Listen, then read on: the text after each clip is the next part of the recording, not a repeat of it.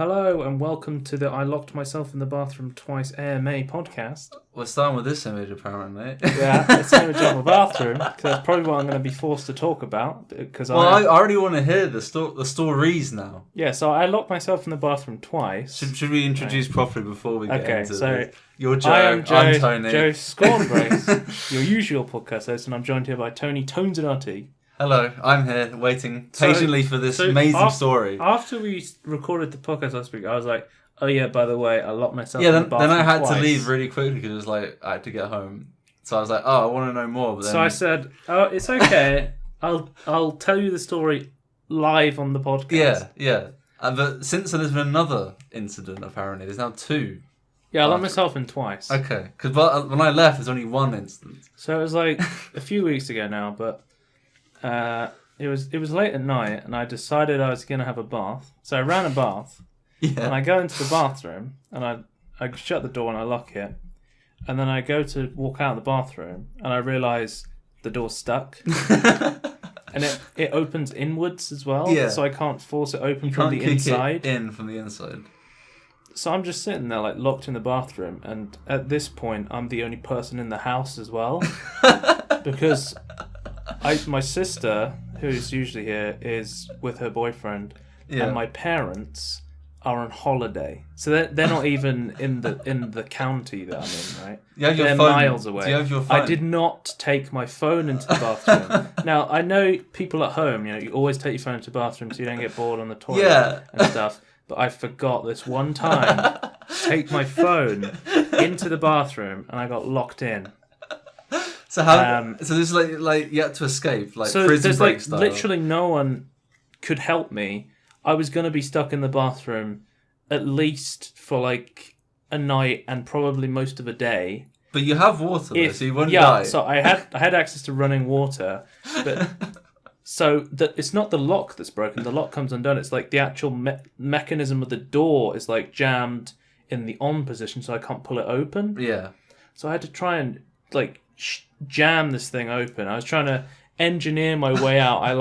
So the one thing that was luckily in the bathroom is in the cupboard there was like a pair of small scissors. Right. So I had to put this pair of small scissors into the bathroom lock mechanism and jam it and then open it.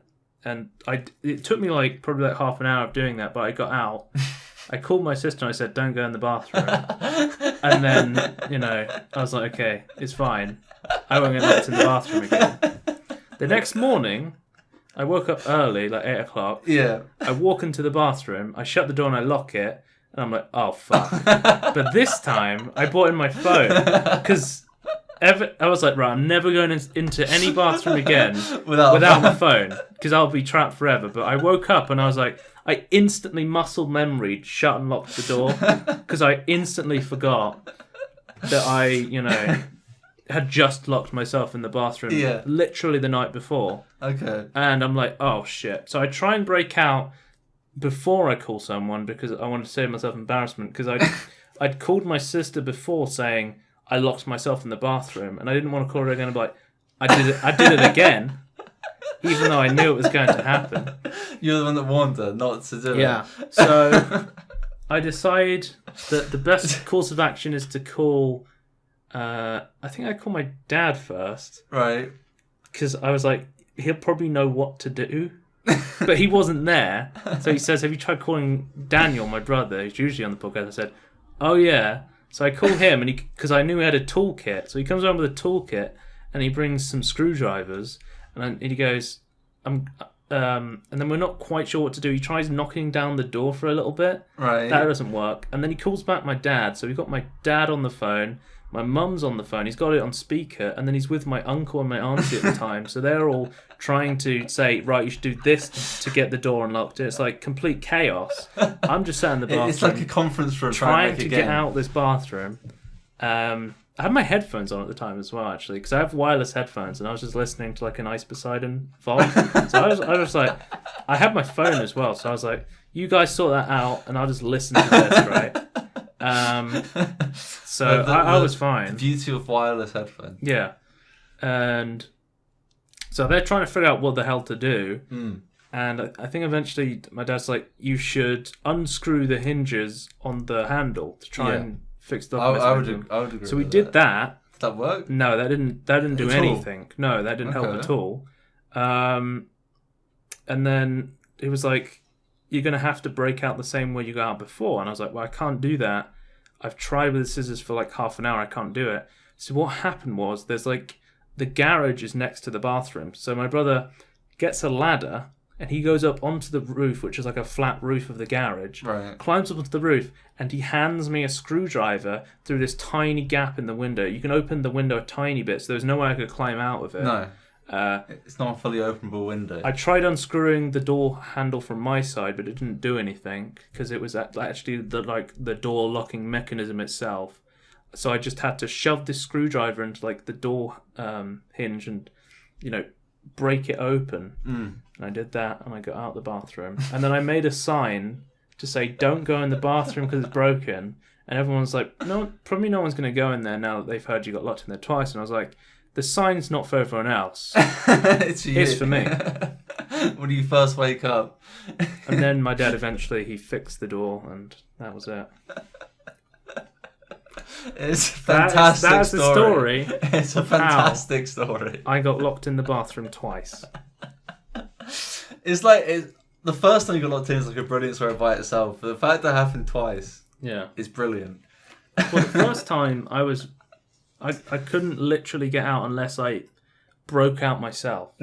Because there was no one else in the house. So and didn't have your phone. There was no way to communicate. There was no way to communicate with anyone. So I would have been trapped for like a day in that bathroom at least. But at least, luckily, you did find a way out the first time. Yeah. Unlike the second time. Well, I was like, there's no way I'm gonna brute force this door down. So I'm gonna have to get a pair of scissors. Maybe I can show you because you can see the screen. Right. Let's find a picture of a door.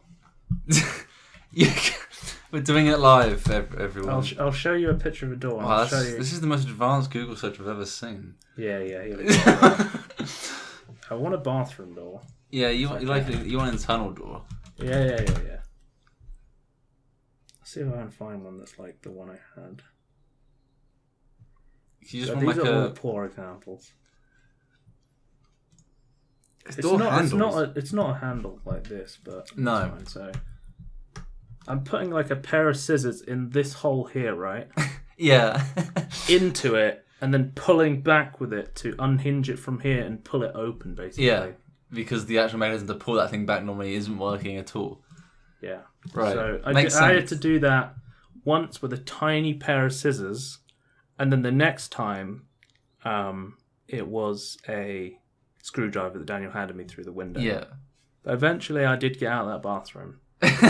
Here you are to talk about the tales. And I live to tell the tale of the bathroom stuckness. You know, like ages ago, Tobuscus had like the spookiest tale because he googled it. Right. Like, I think this should be quite high up on the spooky is quite tale. Spooky, yeah, I think it's quite spooky. Okay. I mean, I'm not sure.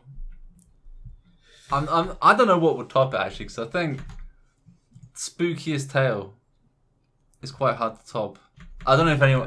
For those who have not heard Tobuscus' spooky tale, like I would suggest going and looking up his video for that. Next. Oh, okay. So I can quickly talk about what we've been playing. So I've been playing. I reset World of Warcraft for a month. A whole month. Yeah. So I've been playing Legion again.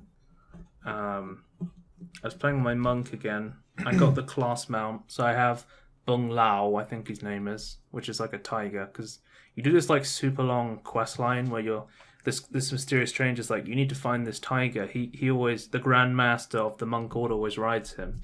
And then spoiler alert, he's like, haha, I am the tiger. And then he's like this panda, and then he turns into a tiger, and then you ride on him. What? Yeah. So most of the classes have like mount variations, but the monk one talks to you. He's just like, oh, is it much further, Grandmaster? Did I ever tell you the tale of the hosen and the cream pie? Was it when you? This is kind of like what we've been playing, I guess. But you had access to the Discord, the screen sharing thing. I was going to talk about that later. Yeah, I know, but I'm just going to quickly ask.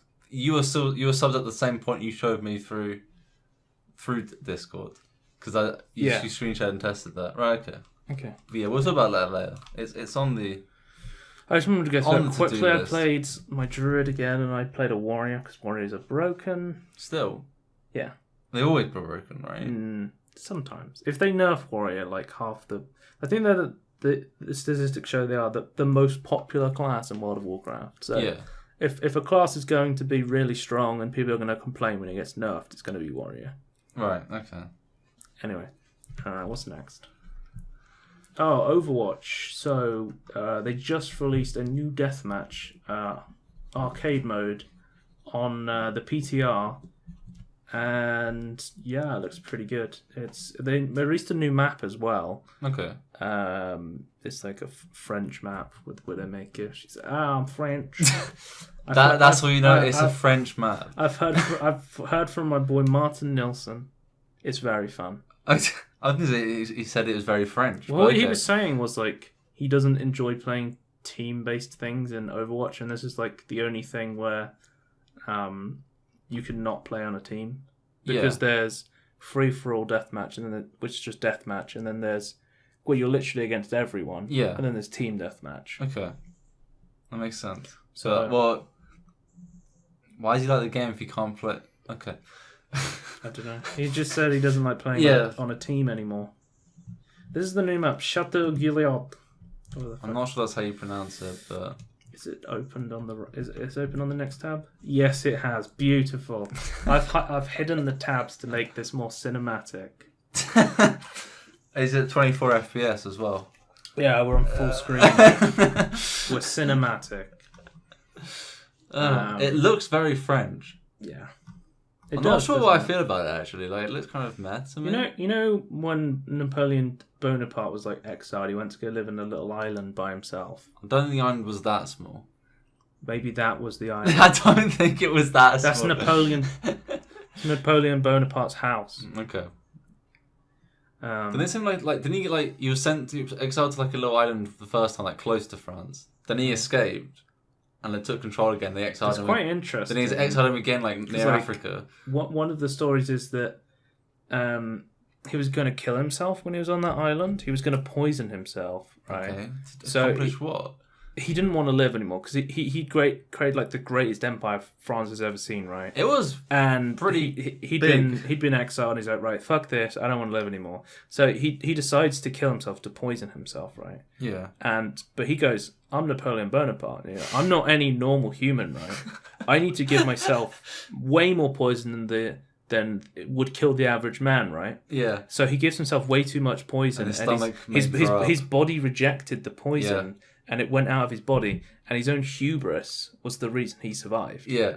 Because he was so cocky, he survived being poisoned. Yeah, I think it's really cool though. Like the only reason why poison gets past it because your stomach can actually detect it, and like that's why you throw up if you think it's something really disgusting, like poison is disgusting. So I find it weird that the only reason why poison works is because it's so small, it's undetectable, but it still does damage. Apparently, this is Widowmaker's like ancestral home, so she like lived there her whole life and shit, and her family lives there.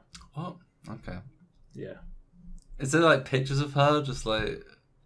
Yeah, that's like her wedding photo, I think. Oh, okay. Because the story of Widowmaker, she gets like married to an Overwatch agent, and then the Talon, who are like the evil organization in Overwatch, they kidnap her and they brainwash her and make her kill like her own husband. Oh, okay. And then through like the torture and brainwashing and stuff, it turns her skin purple and her heartbeat stops, like to 0. Right. Yeah. So her heart doesn't work. Law shit. How does that work? How does she get oxygen around her body? No, it just gets slower. Oh, just like really slow.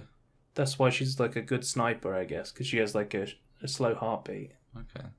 So I don't know that much about sniping. If you hold your breath, yeah, I know, it slows your heartbeat. Sniping games, you hold your breath a lot to try and steady your aim.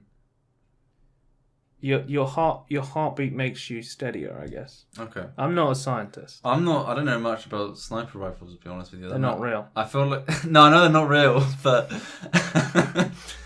but I don't know. I just feel like surely like I understand it's used like a mobile sniper rifle, so you can't just like set one down. But I feel like surely like a mount would make it stable. I don't know. No, I don't know. She's a spider. Overwatch lore. She's a spider. So it's Overwatch League news. If we're talking about Overwatch quickly, NFL owners are continuing to buy into Overwatch League. Lots of people want a piece of that sweet, sweet Overwatch League. We're talking about like League of Legends last time. They have a bunch of like NFL owners and NBA owners buying into like the franchise of the League of Legends teams. This is more of the same. People love it. There's tons of fucking franchising investments going on. I think it'd be interesting to see when it like all hits off properly. Yeah, I'd be interested to see how things happen, like what the pros and cons are of this setup. So interesting to see. So the big thing that released this week on live was, of course, Summer Games 2. It's back. And of course, everyone's favourite part about Summer Games is, of course, Lucio Ball. It's the only one that anyone plays. I fucking love Lucio Ball. I know a lot of people are like, Lucio Ball, but it's actually my favourite game mode in Overwatch. It looks really cool. It is really fucking cool. I love the game mode, and they made competitive Lucio Ball, which I have not played yet, because I was trying to assemble a team of pro Lucio Ball players. Yeah. But then, like, Martin's like, I'm not going to play competitive Lucio Ball. Matt went on, like, holiday, and now I don't have a team of competitive Lucio Ball players. Shout out to Matt in Bulgaria if he listens to this while he's on holiday.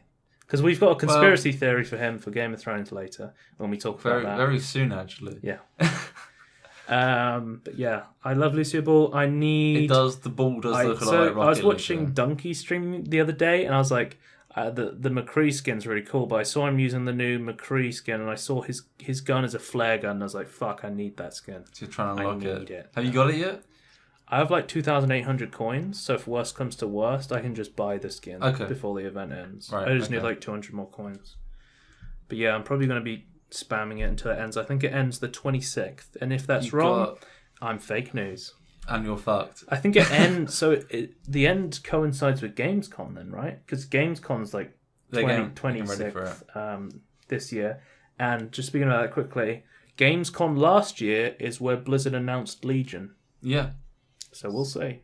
New expansion.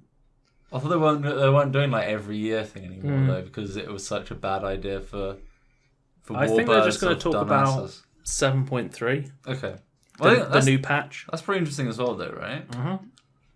We're going to Argus. Argos? Yeah, we're going to Argos to get a good deal. Arguable, but yeah. Do you remember when my mum used to go to Argos all the time? We used to go to Argos all the time as well. But now nobody goes to Argos. What happened to Argos? They got really shit and uncompetitive. You remember, it's like Woolworths, though. It's such a weird system Argos was, because you go to the store, right? Then you go to like a catalogue on a table and you get the number, and then you get like a ticket, and then they go to the back room and then they get it for you. Do you know what? So that's weird, right? But you know what's even weirder to me than that? You know, like go on then. That's like before. This is like before deliveries were like standard. Like for those people who are quite young, before you couldn't just get everything delivered from Amazon. That wasn't Amazon a thing. Prime wasn't the thing. No, that wasn't Twitch a thing. Prime wasn't a thing. So at one point, Argos brought out this click and collect thing. Mm-hmm. And then they advertised it of, it's free. It's like, what? For me to order a thing and then go and collect it? Of course it's fucking free. That's not a promotional thing. Click and collect. It's free. It's like, of course it is. I would not expect to be charged for me to pick up the thing I'm ordering. That was always a thing I loved doing at Christmas, though, was you go to the back of the Argos catalogue and you go to the toy section. Yeah, they always put the toys at the back for something. Yeah. They still do, I think. And that's when you could flick through and see all the toys. You could see your Beyblades and your... Didn't they put like video games like just before that? We have Beyblade. We had Beyblades back in the day. Kids these days got fidget spinners. Fidget spinners are shit. Beyblades are cool. Yeah, that's what I'm gonna say. You know, Beyblades are still shit. You know, Beyblades had an anime. Yeah, no. Where's the fidget spinner anime? Well, the anime should have come first. I think there's like a parody video by Mike Diva. I have not seen that. I sent it to you. I know you watched it. Don't lie. I don't remember the name. I don't remember. I think I have watched it. You have to show me again. Yeah, let me look. I can look it up right now, buddy. And we could just tell our fans. I don't recognise the name at all, but I feel like I've watched a fidget spinner animation. Maybe it's Yeah. Corridor Digital. I remember. Oh, it's got the fidget spinner loading icon on YouTube. Well, it's got fidget in the title. And Oh yeah, we never said that on the podcast, right? What? The fidget spinner icon. We just internally said that on Discord. We discovered that if you put the buffering icon, I can show you right now. If you buffer on a video with a fidget spinner in the title, there's a fidget spinning loading icon. Yeah, look at that. Look at that. 2016, man. 2016, fucking. That was awesome. 27 current year. I cannot believe current year is so bad. Yeah, I have seen this. Yeah, look, Mike Diva said at the beginning. It is really epic. Fidget spinner anime. It's like exactly as I would expect for fidget spinner anime to function. My grandfather's fidget spinner. Now, if I have this figured out, this Yeah, competition. anyway, so watch that if you want to see some good shit. Do you find it weird, like, just like slightly off topic, but in Yu-Gi-Oh, like they basically have like street gambling, like, but sometimes with their souls. Just like in like, do you not find that weird? They have like massive competitions of this. It's like weird that someone that comes with like a tablet, right? Hearthstone street gambling. Do you find it weird that the person who makes the card game can't control what cards are made, and he plays the card game like with his soul on the line as well? Yeah, as if that would make any sense. I feel like in the weird universe of Yu-Gi-Oh, you can't make a card game without losing your soul. How does that work? Anyway, I've also been playing Knights of the Frozen Throne, the brand new Hearthstone expansion. Knights of the Old Republic. Knights of the Old Republic, yeah. So the brand new Hearthstone expansion come out as well, which is pretty cool. There's a bunch of new cards that I can't use because I can't afford them. Any Ben Brode memes? I haven't seen any, so I don't think there is. I just wanted to say I've been playing it. I've had some fun. Can't afford your game, Blizzard. Free to play, by the way. Scorn Retorts had the same problem, I think, from what I remember. It's like, oh, I can't get this. I really like the adventure, though, and you can get into the adventure for free now, and it gives you packs and a Death Knight as well, which is cool. Isn't it like you have to like very specifically like go around like its weaknesses? I do like the new legendary rule as well, where once you get a legendary, you can't get that same legendary again. And in the first 10 packs of the expansion, you get a legendary, which is cool. But that's really cool. Yeah. I bought as many packs as I could afford with my gold, and I still you got nothing. Can't build the decks I want to play, which is fair enough. That's how Blizzard makes their money. But yeah, but it's still kind of bullshit, though. Okay, right. Next topic. Just want to talk about it briefly. No, that's enough for what's Blizzard. Next? Oh, Game of Thrones. Game of Bones. No, that's something different. So usually we record this like on a Monday. Well, we have recently, but now we're going back to the old Sunday routine. Because it comes out on Sunday night in America, which is like really early in Monday morning. So we usually watch it before. Is it like 9 o'clock in America time? Yeah. Well, somewhere. It's around America 9 o'clock. But I never know which time zone because there's Eastern, there's Middle, Central. and then there's... It's called Middle. I'm calling it Middle. You're calling it Middle? Middle Earth time. Okay, Middle Earth time. And then there's... Wait, aren't we Middle Earth time though? Western. We're GM2. Isn't that the Middle Earth? Greenwich Mean Time. Because we invented it. So yeah, 000. So surely we're Middle Earth. Okay. Anyway, I chose this image because I fucking love Genji's Warhammer. I'm glad we get to see him again though. I've missed him for like 3 seasons now? 2 seasons? I want to say 3 seasons, but it might only be 2 seasons. No, I think it's longer than that even. Really? Yeah, he's not been in it for a really long time after that. I actually really liked him. The last thing we saw of him was him rowing away. Yeah, and Davos is just Priest. like, oh, last time I saw you, you were rowing. I thought you might still be rowing. It's like, yeah, I thought you might still be rowing. I don't know what happened to him. I had no idea Davos was just going to randomly roll into the city and get Gendry. I forgot about him, to be honest with you. Really? I thought he was dead, actually. I didn't remember he was running. I thought the Red Priestess just killed him or something. Nah, that he would never die. Vala Morghulis. What does dead men never die? Exactly. But yeah, I think it's... So his hammer is really cool, though. That's what we're trying to start with. Now see Jon, Davos, Gendry Baratheon, the Hound... what's the name of the Men Without Banners? Yeah, I can't remember their actual names. Like, there's like a high priest and Ginger Wardling Man who fancies the Brienne of Tar. Yeah. Have you seen the meme of that recently? I sent it to you. Yeah. Was it you sent it to me? Yes. Okay. I think Michael sent it to me as well then. I sent it to him. Okay. Anyway, big but old loop. they're all going to do the most retarded plan possible. It is probably the most I don't know. ill-conceived plan they probably I would could agree think that of. it's ill-conceived, but I feel like they don't have much of a choice if they want more armies. I think they could have easily just used the dragons, kill Cersei, and then build an army and fight them with dragons. Why don't they just send a dragon over to? Well, like a dragon assassin. Why don't they just send a dragon? So Daenerys flew on the dragon and she went and killed an entire army. Why can't a dragon just go and pick up a White Walker? Or why can't they just send the dragons up there and fucking kill the entire army of the dead? Here's my question: why can't Daenerys relocate her entire army and like hold the north? Like, and then like if she then wanted to attack Cersei, still they just come from the north. Like, surely that makes more sense because yes, they don't have any experience fighting in the snow, Cersei doesn't... but the everyone in the north does. Because Cersei, they just killed Cersei's army. She doesn't have an army. Yeah, the last army is completely gone. So That's all they had. Because it was the Lannisters and the rest of the Flower people. What are they called?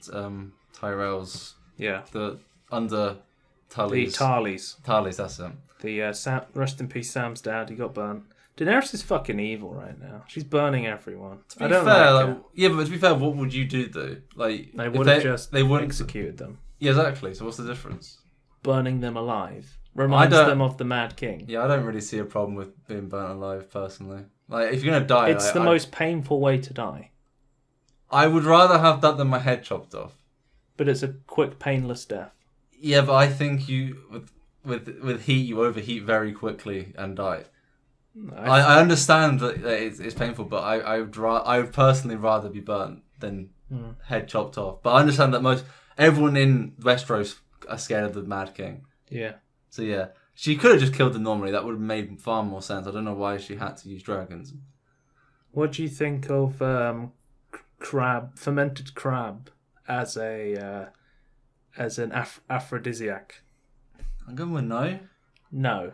You Definite no. You don't think it's a good aphrodisiac? I don't know what makes a good aphrodisiac, I'm afraid. Oh, okay. My science knowledge doesn't... You'll be shooting holes through your chainmail with a fermented crab. Yeah. But in the end, the hammer saved the day. They didn't show Tyrion and Jaime's conversation, so we don't actually know what they said to each other. We only saw the start, and then... Yeah, that was it. Then Tyrion didn't die. And So then... we can assume he said, "We're gonna go get a White Walker. Wait here, we'll be back." Yeah, which to be fair is really lucky for them because they just lost their entire army. They now have time to build up another army with the backing of the Iron Bank. So that's really lucky. Cersei's just like, "I'm having another child. I'm okay with this. Yeah. Don't ever betray me again." Yeah, that was really creepy. Yeah. I didn't like that. Was weird. Because he didn't. He hasn't done anything yet. Sam ran away from Hogwarts. He took all the books. And he ran away. It did remind me a lot of Hogwarts from it. Yeah. I like how last episode it was like, you broke all the rules. 5 points to Gryffindor. And clear up some slop or fix some books. Change some chamber pots. Yeah. But like fucking Gilly was just about to drop like the biggest piece of knowledge on Jon Snow's parents. Yeah. And then Sam just like, shut up, Gilly. Don't care about how many shits there are. Because basically what she was saying was that they'd annulled Rhaegar's marriage, and then he was going to get married to Lyanna Stark in Dawn, which then what's it called? The Tower of something. The one in the Brand's vision, where he saw Lyanna, die, and then say that his name was Jon. Yeah. See that. Because I watched the guy that does the theories and things, I understood what was going on, but I could see that people don't watch those people's theories and go into extreme detail that they wouldn't understand that's what was going on in that scene from last season. But it made sense to me. People like Alt Shift X can explain kind of the broader concept of everything through book knowledge. So I feel like in a way they haven't done that great in the shows to explain it, but I guess there's going to be a big reveal, so it's not going to be a massive What does Alt Shift X do? On a keyboard. Well, I know what you're talking about. It does something, right? Yeah. Shit, what does it do? Is it a Windows thing or a Mac thing? No, it's a Windows thing. Apple has a command. It's not control. Right. So they call it command. Command. I command you to be a Mac. It's got an Apple symbol and it's got CMD on it. Run CMD. Yeah. DMC. DMCA. Anyway, is there Well, anything what's else about- we want to talk about in Game of Thrones? Well, yeah, there's the big thing. Oh, The thing that needs... the leaked episode? No. What? No. The Lord of Light theory. Oh, yeah. I'm just saying in this episode. Yeah, no. The episode... We haven't watched the leak We episode. haven't watched the leak episode because I don't agree with, leaking episodes and watching them early. I don't, like the stuff. I'm going to watch it with everybody else. I've avoided spoilers. I've been on Twitch chat. I've been on social media. You've actually managed it this time. Yeah, I've managed it. I've avoided major spoilers, which is really good. I seem to always do it, but I know other people have big problems with trying to Yeah, get it's away from spoilers. but you don't use social media No, that much. no. So.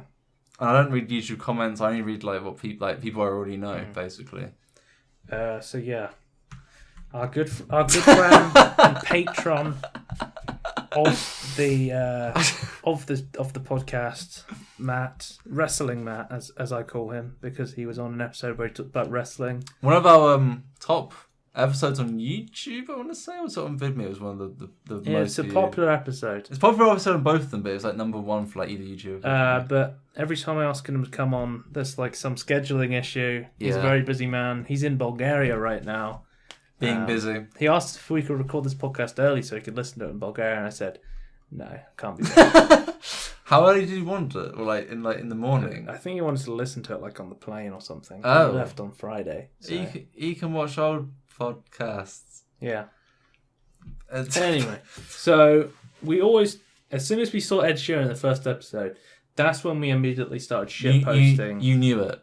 That's when we immediately started shitposting, what does Ed Sheeran mean for the overall arc of Game of Thrones? This isn't no cameo. Yeah, you didn't just see it as a simple cameo. You saw it as it was how they see a stag, it means bad news. Like a dead stag is bad news for Baratheons. You saw this as a sign of something greater. Right. So Matt, we got a new segment, and I think we're going to call it something like Matt Conspiracy. Matt's Ed Sheeran conspiracies. Okay. I don't know if it's always going to be Ed Sheeran conspiracies, but I think he's got a lot in the chamber. I think there's a lot in the chamber for Game of Thrones conspiracy theories because we want to talk about Podrick as well. Can we just call them Matt's theories then? Make it more general. Matt's conspiracy theories. Yeah, I'm gonna write a note here. Okay, so here's I'll read it out and then we'll discuss. Right. So this is what Matt said. What does Ed Sheeran mean in Game of Thrones? Question mark. Ed Sheeran's appearance in Game of Thrones was no way HBO selling out. Instead, it was a very clever hint they dropped within the series. The colour of Ed's hair is ginger. We can confirm this because of the image. That wasn't written down. I'm ad-libbing right now. Unless you're colourblind. Right. If you're colourblind, it's red. Right. He's ginger, okay? Or to be polite, strawberry blonde. There are a few other characters in the series that have ginger hair. Yeah. If you look at the smile on Ed's face, you can see the smile right now, right? And his hair colour would resemble fire. Many think his song "Icy Fire" was based on The Hobbit. It could also be said as "Icy Fire," icy, I-C-E-Y-F-I-R-E. See the subtlety, guys? George R. Martin was writing about Ed Sheeran as the fire within the song of Ice and Fire, not Big D. If you look at the other ginger. Immediate link. Sansa has the personality of, let's say, a broken twig. She is there, but very few notice her. She personality. Okay, he hasn't spell checked this or proofread it, but her personality as transparent and plain as ice. At the end of the season 7, no doubt the two will meet. Ed's melting his way into her cold, empty husk of Sansa and the actress who plays her. Wait, what? Secondly, Ed is hugely important to the story. E plus D equals Ed. E plus D, of course, meaning Euron Greyjoy plus Dragon Smog from The Hobbit equals Ed Sheeran. Hang on. I don't remember Smaug ever being in Game of Thrones. I'm not done with the conspiracy theory. Let me just read this out. Okay. Please save all questions to the end of the conspiracy theory. Or forever hold your peace. The dragon is big. Euron is a lovely smooth talker, a heartbreaker. What is Ed? Ed is big within the young community.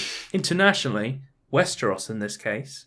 And Euron is just with a guy. Therefore, Ed equals Game of Thrones' best character. Meaning he's actually better than Jon Snow. So what does it mean to the Game of Thrones? Game of Thrones has one season left. We know HBO does magic with that, i.e. the Red Wedding and the collapse of the Starks. Rest in peace, Deckard Cain! This is actually the first time I've read this. Me and Matt are always shitposting about Deckard Cain in Diablo. He is my favourite character in Diablo, Deckard Cain, and his untimely death, spoiler alert, in Diablo 3. It's a very fucking old game. It's like 6 years old now. If you haven't played it, I'm sorry. We're very upset, and I'd very much like them, Blizzard, if you're listening, to this conspiracy theory of Ed Sheeran, Game of Thrones, conspiracy theory, make a Deckard Cain character in Heroes of the Storm. Your revenue will go through the roof. Anyway, no doubt. So what he's saying there is they make big plot points, right? No doubt what we will see is that indeed the wall will collapse, but not from the White Walkers, but from the radiant fire coming from, you guessed it, Ed Sheeran. Ed is the key to Westeros' downfall, and he knows this. Ed's Game of Thrones is to sit on the Iron Throne. Euron, the dragon, the empty husk in the show, Sansa at his side. Jon, of course, will be demoted into the show as the guy who appears, plays guitar, and smiles, right? For 5 minutes, waiting for his chance to rise. But Ed will be sitting on the throne. He is waiting for all the chaos to ensue before releasing his true weapon, Gingivitis, on Westeros. I'm sorry? Saving the one he wishes to. The White Walkers will only have to see Ed before saying, fuck this, nah, mate. Ed will lay waste to Westeros, take claim to the throne. Ed is thinking about turning the Castles on the Hill 2017, a famous Ed Sheeran song, into a Lego House 2011, another famous Ed Sheeran song. Because Arya caught him thinking out loud 2014, another famous Ed Sheeran song. He is a little cunt, ain't he? Discuss. Can you see how all the Ed Sheeran songs relate now to his character in Game of Thrones? You know George R.R. Martin is a very smart man. You must listen this to is Ed. Me talking right now. This isn't Matt. I've finished now. But he would definitely... Listen to Ed Sheeran. He would put Ed in the show for a reason. It's not a cameo. There's no way it's a cameo. He is definitely important to the larger plot of Game of Thrones. Okay. Right. You had questions. Where are your questions? Well, my first question... Right. When it says Euron Greyjoy + dragon, then in brackets Smaug. The dragon Smaug, yeah, from The Hobbit. There is no talking dragon. You don't know that. If Smaug appeared, it'd be cool. If a Smaug-like dragon, that would be cool. So, Don't get me wrong. So, you know, like Hot Pot, he appeared last season. We hadn't seen him for ages. When he wasn't on screen, Tony, he didn't stop existing, right? There's a big world in Westeros. How do we know there isn't a talking dragon in Westeros? You may have said, Joe, dragons aren't real. Zombies that come back to life, they're not real. We haven't seen them in the series yet, and then we saw them. We saw magic was real. And you won't believe there's a talking dragon in Westeros. I'll see it I believe it when I see it. You're like Daenerys and Cersei. They need to see the White Walker. Yeah. You need to see the talking dragon. Otherwise, people are talking out their ass. E + D = Ed. Okay. It's right. It's the writings, as the Prodigy would say in their song Omen. The writings are on the wall. They won't go away. What's that got to do with that Sheeran? I don't know. It's just a cracking song. It is a cracking song. It's just a cracking song. And much like Ed's songs, they're also cracking songs. Yeah. He wrote a song for The Hobbit about seeing fire.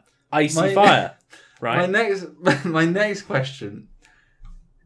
Go How on. is he going to kill everyone? Sorry? He is... Gingeritis. So, I think it's fair to say now, Ed is Azor Ahai, the prince that was promised. The Red Priests have foretold of his coming. Well, I mean, fair, he's ginger, so yeah, that makes sense. Yeah, how many ginger? So let's go over all the ginger characters in Game of Thrones. There's the wildling leader, Yeah, the current one. the one that we like. Yeah, the cool one. Sansa, Yeah, Ed. yeah. Have I missed any ginger characters in Game of Thrones? No, I think those are all of them. Right. I can't think of any others. So let's say who the prince that was promised, the Azor Ahai. If he's the Red Priest, we expect him to be related to fire, right? Sansa's related to ice. Yeah, she's absolutely. a star, She's definitely not. right? And the other guy, I can't remember the name of. Please forgive me. He's a wildling. He's literally only surrounded in ice. Yeah. Ed, he's a Lannister soldier. He's from the south. He's from King's Landing, one of the hottest places in Westeros, right? Can I just... What if Right, go on. the prince that was promised doesn't need to have ginger hair? You're talking out your arse. What now. evidence do you have that he needs to have ginger hair? Why else would he have fire hair if he wasn't Azor Ahai? I mean, you make a good point. Yeah. Have you written on a timestamp for Ed Sheeran shit? Yeah. Okay, We've good. going for like... Because if people are like, fuck this shit, I need to get to the gaming news, this is going to be a while. Yeah, it's got its own section. It's gone on for a while. I feel like like how the teacher like grades like primary school like critical thinking inverted commas. I like the imagination portrayed in this conspiracy theory. Right. Like many conspiracy theories, it's full of imagination and what ifs. Every time lacks evidence that actually supports it. Every time we're talking after Game of Thrones, we come up with these theories. We freeball them, right? Are you drunk at the same time? A little bit. We kind of got a few whiskies under the... How do you know I'm not a little bit drunk now? I've had a couple of drinks today. There could be vodka in that bottle. It's lit, fam. But yeah, we always spitball these. We have a lot of theories about Podrick. He is definitely someone who is bigger in the scale. That's next episode's yeah. conspiracy I think Podrick. I'm definitely going to talk about Podrick next week. Okay. Matt's definitely going to write us another cracker to talk about Podrick. Okay. I'll make a picture of Podrick for the show next week, and we'll talk about that. But yeah, anything else? I do. On a side note, I think Podrick is actually a really cool character. He's my favourite character in Game of Thrones. He's like, ever since like he was with Tyrion, is like he's just so You cool. wanted to talk about the first paragraph because you were like, how are they selling out? By putting Ed Sheeran in. Yeah, I kind of see. I when I first heard it, I didn't really see, because to me, like he didn't like stick out like a sore thumb. Because I was like, shitposting aside, Ed Sheeran in Game of Thrones kind of sticks out a lot. Like, yeah, to me, don't typically see someone like that in Game of Thrones. To me, he didn't stick out that much to me. Really? At all. No, not even slightly. This is why I was confused. But I do now understand why like people would consider it selling out. Because they've had other cameos in the past. Yes, they have. And they haven't had like someone like Ed Sheeran in the show. So would you say like if they made him like more? The thing is though that to me like everyone in that group was kind of like not clean but like in the same sort of cleanness. I think they were trying to make them more like fresh faced. Yes. Lannisters. Yeah. Like Jamie. Yeah, Jamie is fresh faced. That even when he gets caught, he's still like he's got a beard, but he's still quite neat. I want to say attractive. He's a good looking man. He attracts all the men and women. Clean. Yeah. Clean. Is it a euphemism? I didn't realize that. Cleanliness. So to me, because they're obviously Lannisters. To me, they just look like Lannisters to me. Like so, he didn't stick out. I think there's much. like two factions where you can be a really good looking man, right? And that's probably Dawns and Lannisters. And Dawns are usually they're okay with it, yeah. Are usually quite, what's the word? Exotic? Is that PC? Open to new ideas? And no, I mean like exotic looking, like I see. I think compared to the Westeros, they would consider that, yes. But obviously to them, they're not exotic to themselves. Yeah, well, but they might play on. They might play on that stereotype when they go to other places, though. Yeah, I would agree with that. Comments, you don't need the zoom enhance. I feel like 15 minutes of talking about shit posting Game of Thrones. We probably should move on though. This is actually like this heart. Yeah, that's the symbol of the Lord of Light. Yeah, that's real. Anyway, but Ed Sheeran's face isn't normally on top of it. What's next? Peter News. Yeah, this is good. This is my favourite part of any podcast is talking about Peter News. So Peter Molyneux, we got an article here on PC Gamer.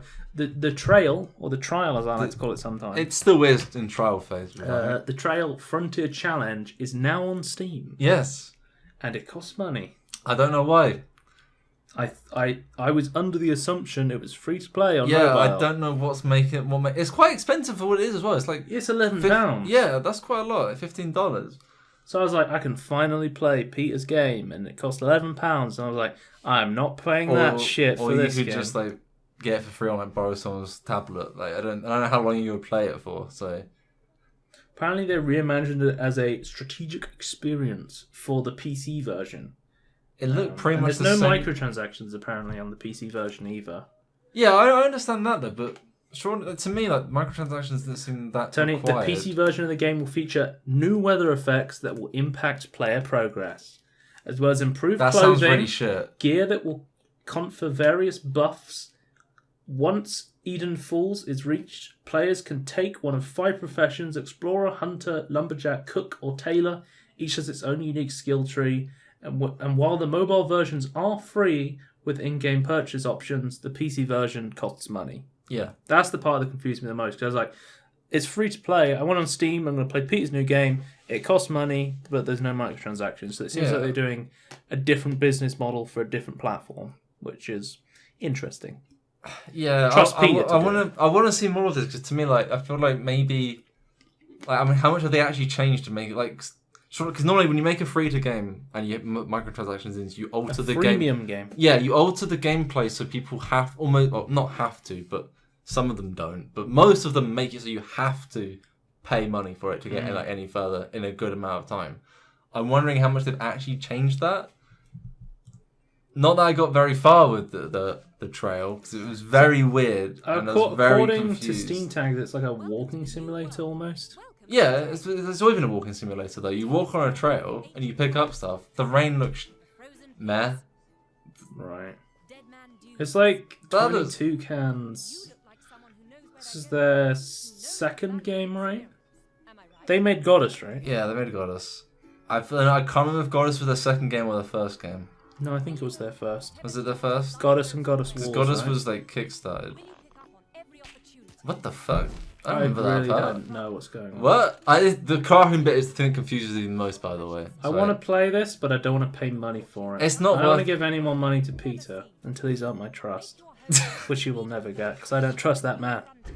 I think I need to just watch walkthroughs of this. Not that We are the how fifth many. most popular Peter Molyneux podcast on the internet, I'm not sure. That's... as polled by me and me Yeah, I'm only. not sure how peer reviewed And that information even is. I'm willing not to buy a Peter game again.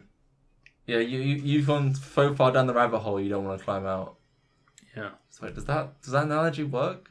sure. I'm not sure.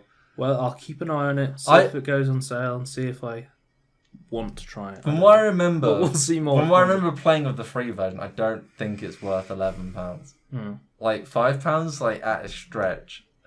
Yeah, surely it should be worth like a couple of pounds, right? Yeah, if he kept the microtransactions in, but then added new stuff and made it so you didn't need microtransactions, and then made like a couple of pounds, I feel like you'd get way more money. Right. Well, I'm going to move on because we've got update to Steam. So Steam has made some big group system changes. So there's new group types. There is now 3 types of group.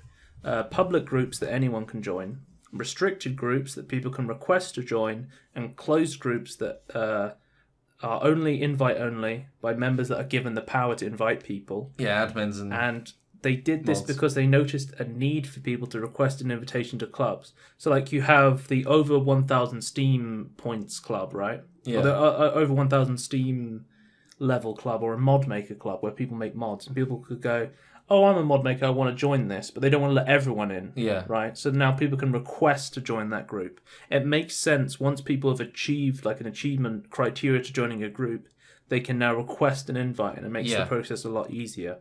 There's new group admin tools. So there's new tools which help to give certain permissions to certain members to help moderate Steam groups. And they've made limits to group invites. So over time, group invites went from useful to spammy. Yeah. as you got lots of invites to different groups from lots of people you didn't know. Yeah. So they've made it so you can only be invited to groups by your friends, and restricted groups will fill this void Right. Okay. That makes sense. of ones where you're not friends with anyone, right? I wonder if they're gonna make us feel like you set like who can send you stuff at some point. Like if like you can like accept any or just only friends or none or something. Because they have that for other stuff. Like I can't remember what it was now. It's like like game invites or something. It's like only set like by default to friends. Yeah. Anyway, that's just a quick piece of news. Valve is also no longer automatically fulfilling key requests from the developer to combat games outside of Steam if abuse is detected. Yeah. Yeah. So they're not just gonna go, oh, we're, by default we're not gonna do this, but they'll do it normally. But if they think something's going, like if they, because they're gonna cross-reference it with like the sales that game has had, and then if they then go like, if only like sold 1,000, then they only request 500,000. Yeah. It's like that seems a bit odd. They'll investigate it. If they find it's a problem, they will stop it, I guess, and they'll decide what to do from there. Yeah. So I assume they just have like a system that looks out for this and compares it, and then it flags like some person at the other end, then look into it. I hope it's not entirely automated. It doesn't sound automated to me. Like it sounded like someone was at the other end looking into it. Thanks to our boy Steam Spy for letting us in on this knowledge. This is obviously to combat third-party reselling websites like G2A. Yeah. Valve's been cracking down on that shit really hard recently. They've made a lot of changes to try and combat it, and hopefully it works. Because I've seen recently a lot of people dropping G2A as sponsors. So isn't that because of they're getting other sponsors, people that don't want to be also with G2A, and they're obviously more than G2A because they're a... Well, we know that most video game companies, like big companies like Riot Games or Blizzard, they're saying you can't be sponsored by G2A if you want to be affiliated with any of our branding, any of our leagues, our tournaments, that sort of stuff. Yeah. So yeah, that's cool. It's a little bit piece of Steam news. That's not what I wanted to show, but that's fine.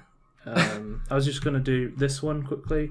Samsung TV Steam Link released. So the Steam Link has been released an app for the Samsung TV, a smart TV. So yeah, you can now find it in for searching for Steam in the Smart Hub App Store, and it supports Steam Controller, Xbox 360 wired and wireless Xbox One, and the Logitech F10, F70, 10, whatever that is. Small news, but it is kind of interesting for those who want to use that though. So, this is quite a big topic. What the hell's going on with Steam Direct? So Steam Direct has launched over 1,000 games in 7 weeks following their Steam Direct introduction. Yeah. Wasn't Steam Direct supposed to replace Greenlight and stop this massive flood of games coming out onto the market? I don't know what's going on, but it's... You asked me at one point, like, is it worse than Greenlight? And like, yes, it is worse. Has this really changed anything? No, looking through the new releases, like it's still just like I can't just look through new releases. Like it's still just like a ton of shit with the odd actual game in there. Like I understand that there's less fake games, right? There's not as many asset flips, but there still are asset flips. Like don't add anything new, and they're just like meh games. I don't know what their process is, but they need to make it better. Early access games included as well. Yeah. So yeah, I don't know what else we can say about this because we're still trying to see what the hell's going on with Direct. We don't know. Yeah, we don't have like a clear indication of what the algorithms is. What's the problem? What's it laying through too much? Really, like we can't say Greenlight. Well, Greenlight was a shit show. Direct is a shit show. Valve's doing nothing. It seems to be more of the same, but without any involvement of the community. Same shit, different name. And we have no idea why. Different shit, but same outcome. Yeah. But and there's even less control from users again. It's like, I think even like, I feel like if you've replaced a system, some like, say like you replace like a democratic Steam Greenlight system with something else, and it's the same bad results, you might as well go back to the democracy system, so at least there's some say in it. Like I don't know how you feel about that, but that's just at the moment. Like I don't see the point in Steam Direct at the moment. Like, we might as well just go back to Greenlight. Yeah, I don't think we want to go back to Greenlight though. I think we need to move forward from direct. I'd rather have. Yeah, I think we should move forward, but I'd rather have something at the moment like based on Greenlight, but move like better. Well, I think there was definitely similar a to it. bunch of games that got released because they were kind of in the overflow of Greenlight. Yeah. So do you think that they're still going through the overflow? Yeah. Like backlog requests that they would never put into Steam Greenlight, but are still going through now. Valve always says we don't know what a bad game is because lots of people don't like a game, and then one person's like, I love this game. So no, Steam, I don't Valve. know. There are games you can say that we don't want to. So the question, is this a problem? Is bad games being on Steam a problem? Or the flood of bad games. To be honest, no, because the way they've changed the discovery. Yeah, that's what I mean. Have you ever seen a game that you believe to be a fake game? No, not really. But I used to go through the recently released stuff, but I don't do that anymore. Right. I do go through like the popular releases. I do skim the new releases like every now and again, but I used to do it all the time. I don't do that anymore. Instead, I use the discovery stuff more often. Yeah. And it has been quite accurate, I think. Sometimes I get in my discovery queue, this was recommended to you just to see. Yeah, if anyone would like it. Well, I think you need to do that, otherwise you just have this like feedback system where you never see anything new. So I think that's fine, and it's good. It actually tells you why it's there. And I actually think the discovery system is pretty cool. But I understand like people like Jim Sterling who likes to own he doesn't like the algorithms. He doesn't find the stuff he wants to see. He likes to look through everything. And it's like I can understand the frustration, but yeah, I haven't really noticed it being worse than Greenlight because they've changed the discovery system so much in the past 3 updates. So I guess maybe it's okay that there's still flooding of bad games on Steam. Anyway, let's move on to a new section I'm calling Crowdfunded, where we talk about games on Kickstarter. Yeah, it's a sad first. Well, no, because I think... No, but later, I mean. What if there was so the old controller is a brand new Kickstarter talking about the world's first universal, fully customizable game controller. So the idea is that you have a universal remote for your TV, where you can control all your systems. Won't have a universal game controller. So it's got 25 days to go, and it's already raised 211,000 Canadian. I think that's Canadian dollars, isn't it? I don't want to say so, yeah. Of its $75,000 goal. So the goals have been reached, so this is definitely coming out. Well, funding's definitely going to them. So Kickstarter, it's definitely got the money it needs to say it's going to come out. Yes, at some point. It doesn't necessarily mean it is going to come out. So what is their business plan? Well, I think pledges. From the video they said they're going to use it to make a prototype, and then they're going to get angel investors. Okay. Because that initial value is ridiculous. Also, if anyone, if I use any terms like angel investors and I'm completely wrong, tell me in the comments, because I'm not 100% on the use of the actual term. I think it's just someone who comes in and gives you a lot of money. Who doesn't want is the broad term that I understand angel investors to be. We didn't study business at university. No, we don't know. Help us. We're just a lowly podcast. No, anyway, I don't want to be talking about business. So they're saying you get 40 hours of battery life, USB, Bluetooth wireless dongle, multi-platform compatibility, mouse and keyboard mode. That's interesting. What's that? I don't know. To see button mapping. You're asking. I wasn't the one that added this Kickstarter. Tony, this is your Kickstarter. That's why we got you on. What does that mean? I don't know what that fucking means. Right. Button mapping macros and time-sensitive button combinations. Yes. I do have a few problems with this page, like minor problem, not this is a scam or I'm not saying that. My big problem is obviously with Kickstarter, transparency is the biggest thing. Right. I want them to explain how they're doing this.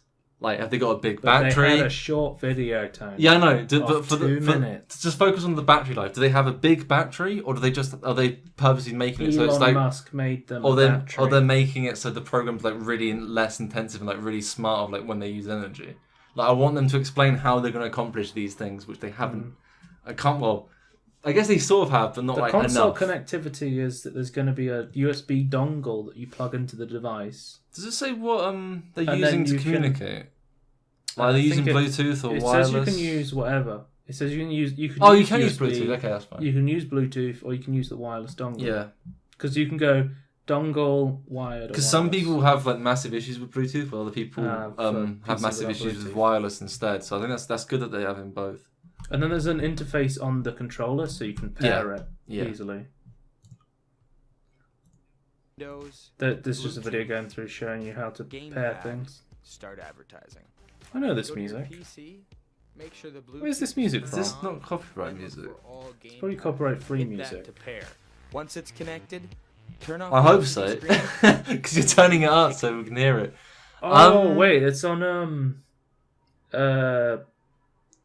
what's it called? It's Mark Zimmerman's where he flames people on Reddit as a show.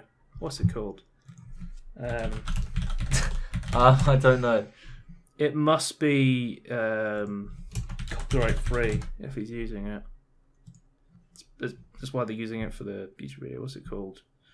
The Blame Game. That's what it's called. Okay. Yes, the Blame Game. There you go. Well, I'm glad we were able to show that on screen so seamlessly. I like the adjustable joystick Dead Zone, but I feel like I'd never use it. I feel like you won't. Unless it had profiles like the Steam controller. No, I feel like, I agree with that, because otherwise you have to like fiddle back and forward with stuff. Yeah, it needs profiles for sure. But yeah, that is really useful there. Well, it's saying like if it doesn't have gamepad support, you can play it as if the gamepad is a keyboard. That's what keyboard and mouse mode means. Okay, that's cool. That's still a bit weird though. Surely, like if the game doesn't support analog controls, you're still gonna be using. Do they have a review from anyone I trust? No. Okay. No one. I don't really know these people. I know who Gizmodo is, but they're like Kotaku umbrella, aren't they?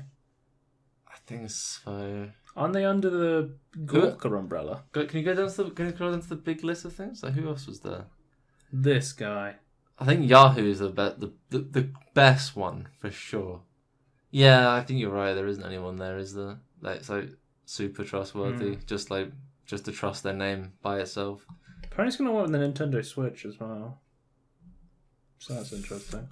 So do you have to plug in like there's a specs here, really Tony. large Tony, Wi-Fi Tony, thing? There's specs here for. Oh, you got drivers and things. Okay. So I don't know. It's a lithium-ion battery. They're using 120 Okay, so they've mAh, they've- whatever that means. it's milliamp hours. Okay. So yeah, that's actually quite big.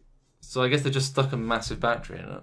This is what To it be looks fair, like. like the Steam controller lasts a long time, Mm. and it doesn't use lithium-ion batteries, and it still lasts a long time. So I guess it's just like there's not much going on to drain the batteries.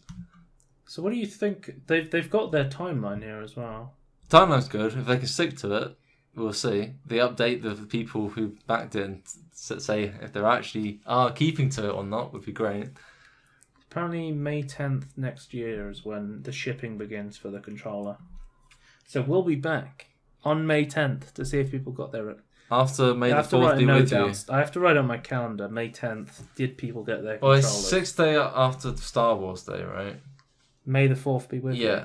Or Right. 4th of May in this country, I guess. It doesn't really work though, but Okay. Well, what do you think of a universal game controller? Is that something that interests you personally? I think it's interesting. Not for me personally. It's an interesting idea. I would never buy that. I I don't feel like if you're someone who has a lounge and you have like an Xbox, a PlayStation, but I have always had bad Netflix device thing. I've always had I don't bad know. experiences with multi-device controllers. Universal controls. Yeah. The only ones that have ever worked well for me are mobile phones because it's just an app and the apps run separately from each other.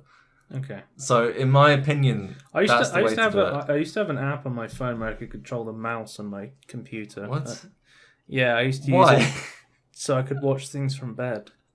Like How can you see the mouse though? from my bed. I can see if I can see the screen from my bed, I can see the mouse. Okay. So Okay. I The just mouse is quite small though. yeah, I would just put on videos and then use the mouse to put on another video. Okay. But now Netflix exists. I would, if I wanted to do that, I would just use my Steam controller.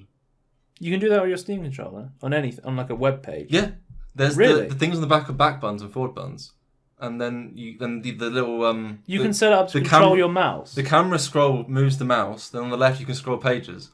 I need to get a Steam controller. Gee, that's just blown my mind. I didn't know you could do that. I didn't know they could do it either until I bought it and went, wait, I could just use it at any time. I could effectively play a normal game, Right. like not in like Steam. Fuck this controller. I need to get a Steam controller. Thanks for that revelation. Yeah, but this controller can play. Again, I don't understand the point of this, but you can play games that don't have Steam controllers and have digital inputs only. Anyway, that seems really weird. Let's move on to the next crowdfunded topic. Yes. Which is the space strategy RPG game, The Mandate. The game I actually was looking forward to. Seems to be dead. It's dead. Since April. Yeah, so it raised $701,000 from 16,000 backers in 2013. It's now August 2017. Within the game's 2 years out of developers, Perihelion Interactive established release date, and there's no updates for the development since April. Yeah, so I actually went back and checked. It turns out I did actually back it. You backed this? In 2013, yes. So you're one of the people who's not getting his money back? Yeah. But there was lots of interesting they legitimately until April did put out something every month.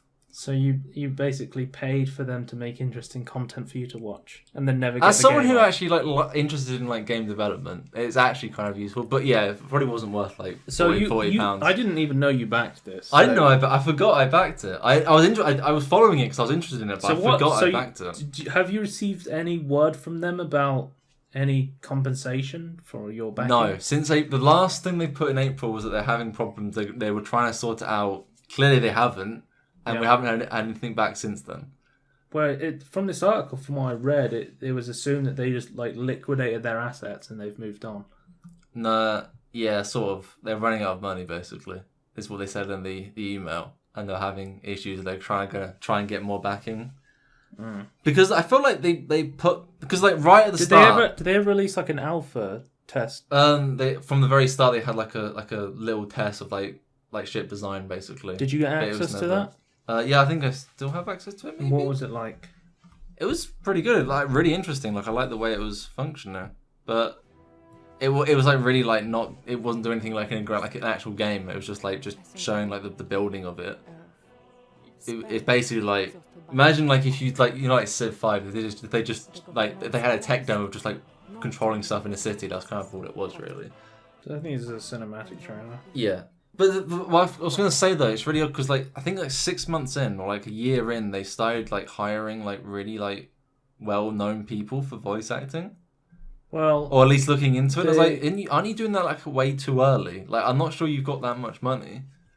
The website Game Watcher reached out to the dev company and they said that if they got a reply they would update this, but they haven't received one by the looks of it. And their website is also offline. Yeah, so that used to be online for sure. So the dev itself may have just been dissolved and all assets have been turned into.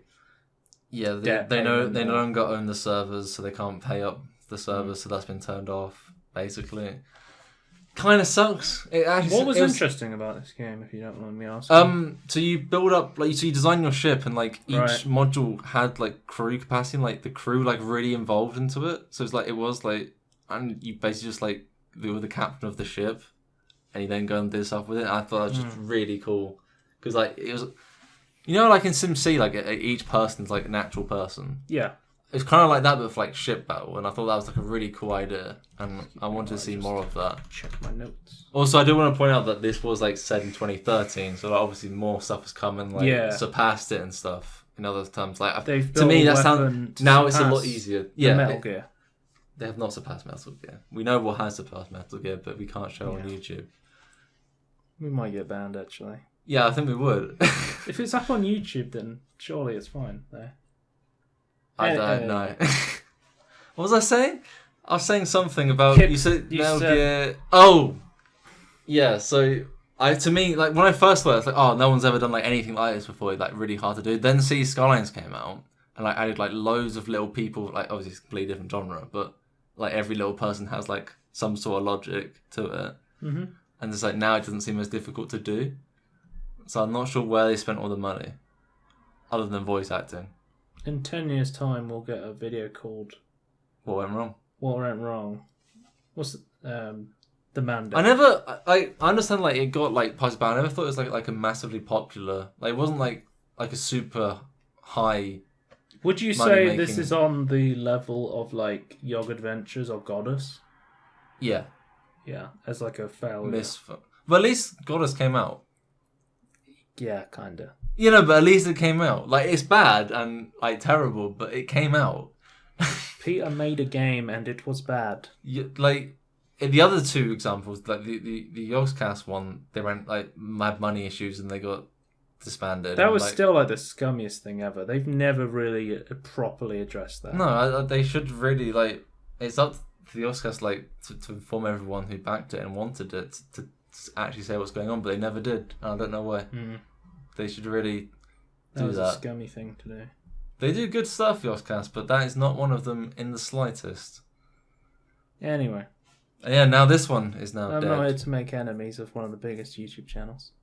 I don't think that make enemies. I think that's fair enough criticism. I think it is fair to say... I don't hate them at all. Like, I still quite like their content, but I think they should have... Like, when stuff went down, they should have told everyone, because they put money into it. Like, they're investors in some sense. They're not actual investors, obviously, but they're still people that respect you. Like, you should, if you want to keep their respect, tell them what the fuck's going on. I don't know. I don't like Kickstarter to start with, but I think that was a really like fucked up thing. Yeah, to do, especially when they have a huge fan base of young kids who definitely invested in their Kickstarter. Yeah. Anyway, next topic is Slimerancher. So Slimerancher has released the navigation update. They've added they've added a map, improved, because originally there wasn't a map. But like when I played it, there wasn't a map. And people like Super Bunny Hop, they did a review recently where they were like, not having a map means it's really easy to get lost and everything looks the same. It was really easy to get lost. So having this big navigation update is actually really going to help the game. Because they kept adding like over time, just like more and more areas, didn't they? And they didn't have a map. It's like it's really confusing. They've also improved performance of distant areas as well, and there's a bunch of other updates if you want to go in and read the fine details of the patch notes on the Monomi Park forums, which is of course the dev studio behind Slimerancher. Yeah. Recently, I said before they reached 900,000 people who bought Slimerancher. They've just reached 1 million people. Really? Wow. They've sold 1 million units of Slimerancher on Steam. So congratulations. So people did games. Actually wait for it to come out and then buy it afterwards. I've been trying to get people to play Slimeranchers for a long time, and they've finally got into it. So that's good to hear. Well, I remember when we first found it, it's like, what the fuck is Slimerancher? It looks really cool. Yeah. And then eventually... The art style sold it to us. Yeah. The art style, like, the trailers looks really calm as well. Right now, is it really profitable to make a cartoonish kind of art style farming simulator? I've not seen the farming simulator part, but I agree with the cartoony style. What other cartoony farming Stardew Valley. Okay, fair enough. I would say that's a little bit different. And but there's a new one coming out that I can't remember the name of. I'll look up news quickly. I feel like you might see more of these farming games than I do on Steam, like in your queue and stuff. Obviously, I saw stuff. I still don't want to play Stardew Valley. If that makes any sense. Really? Yeah, it's not my thing. I don't think. I don't know. I don't know either. I think I'd be interested if co-op when co-op comes up for it. I feel like I'll check it out for sure at co-op, but I won't check it out before then, though. No. I don't remember... Oh, fuck. I can't believe I've done this. Right. I can't believe you've done this either. I don't know. But there's definitely there is a lot of like early access. I would say that there's definitely like a lot of early access farming simulator-esque games with like a cartoony, family-friendly kind of style. I would say they're quite popular. From a personal, like not like talking about games, but for me personally, like I dismiss a lot of games because of art style. Whereas like what I should be doing is kind of like look into and like see if the mechanics are good. Because like art style gets me interested in it. Yeah, art style like pulls me in, but then sometimes I stay in even if I think the mechanics are bad for some reason. I don't know why I do that. Yeah. Also, like an overall premise, I really like. I'll still like keeping it even if it looks bad because like it's an original premise. So, should we talk about a big piece of topic this week? I haven't ordered these properly because this is massive. Dota 2's making a fucking card game. The one that everyone got salty about. The biggest game on Steam. One of the biggest esports in the world. Valve, one of the most successful champions of the PC gaming market, is making a card game. A children's, well, we can't assume, but we're going to say children's card game. It'd be PG card game. And we know next to nothing about it apart from what Day 9 was told and he told everyone in the international. Sorry, I have my stuttering. Speaking of international, that's where like shit got real though. Like from the people who heard it and didn't like it. So we'll just read Day 9's statement. He said, "If you've played previous trading card games, there's a lot of similarities in terms of having creatures and spells that you cast onto the board. But in this game, anything you see in Dota, it's here. There's not just one board, but 3 boards. You control 5 heroes, deploy them amongst the different lanes. Creeps spawn every turn. The heroes that you play in Dota, they're in the game. You play as Bounty Hunter and cast track on an enemy hero, carrying it and giving you extra gold. Use the gold to buy item cards, equip them to your heroes, and I gotta say, it's a really cool experience because you really feel like the commander who's allocating the various resources amongst this entire huge battlefield moving from lane to lane."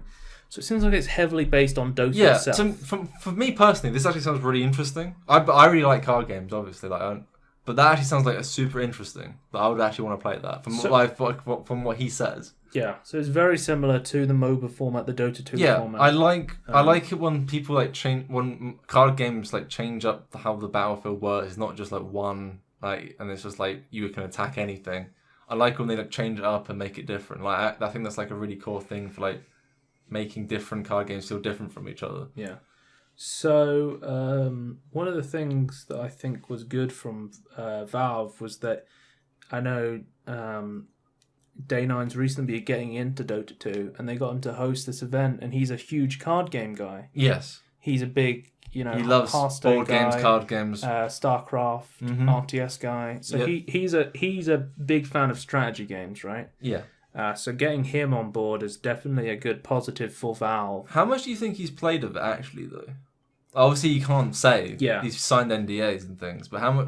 From what that statement, how much? To me, it seems like a bit wishy-washy. A little bit. He's played a few games, at least, I guess. Alpha games or something like that, or early. So this is literally the trailer they showed was literally just weird. Just a bunch of crystals, and then they went Artifact, a children's card game. A Dota card game, Joe. You can't read. 2018. But yeah, this was the reaction at the International. Which I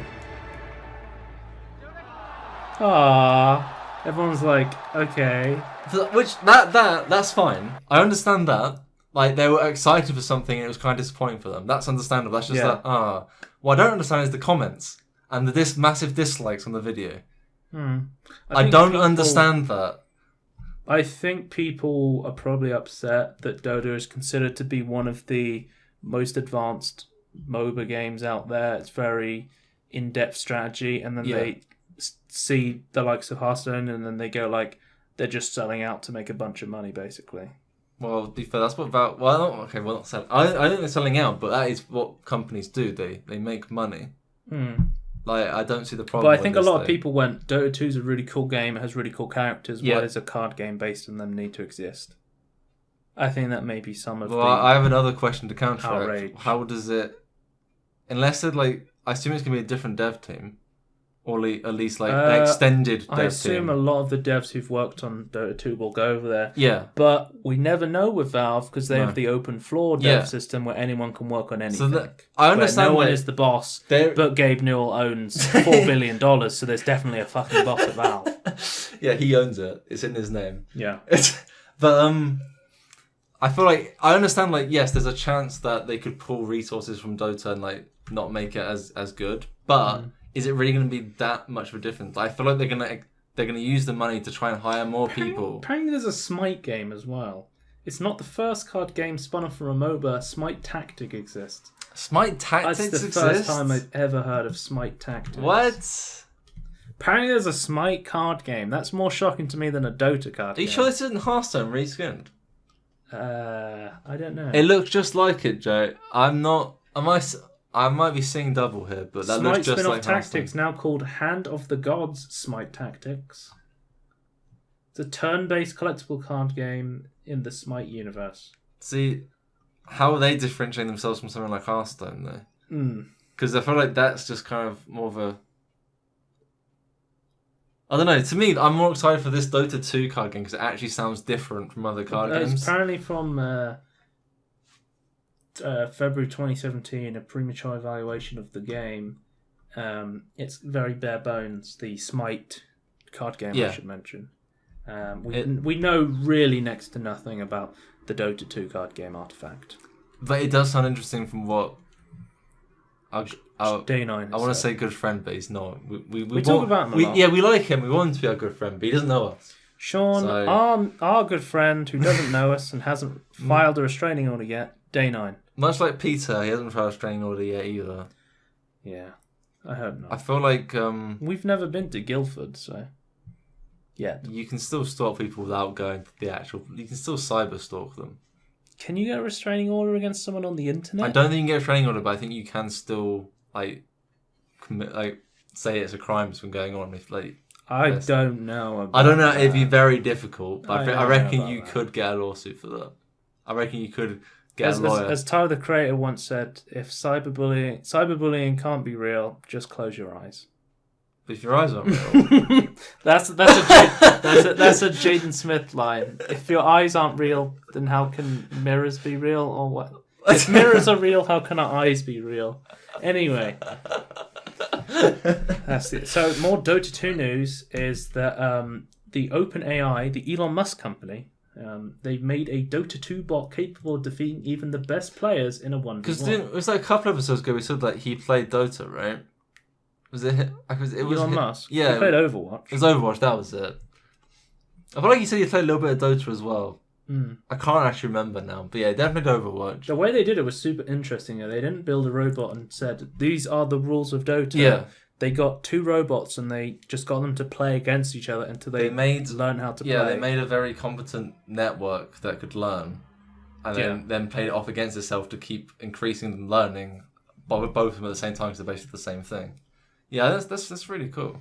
These are all the things they learn, like executing their own minions, controlling waves, creep blocking, that sort of stuff. Stuff that Dota pros do. The bots learn how to do So it's kind of that. just like, because it's simulating like lots and lots of times, it's kind of like natural selection, like whatever's better sticks, what's bad doesn't stay, get rid of it. So at the moment it's been taught 1v1. It's beaten, I think it's Summer and Artesian 1v1s. These are Dota pros. Even world champions. So they got shown the bot early, I think, and a lot of them after they played the bot were like, how can I use this more? I want to use this in testing. Like, I want to use this in, in training. Yeah, it sounds like a great training tool.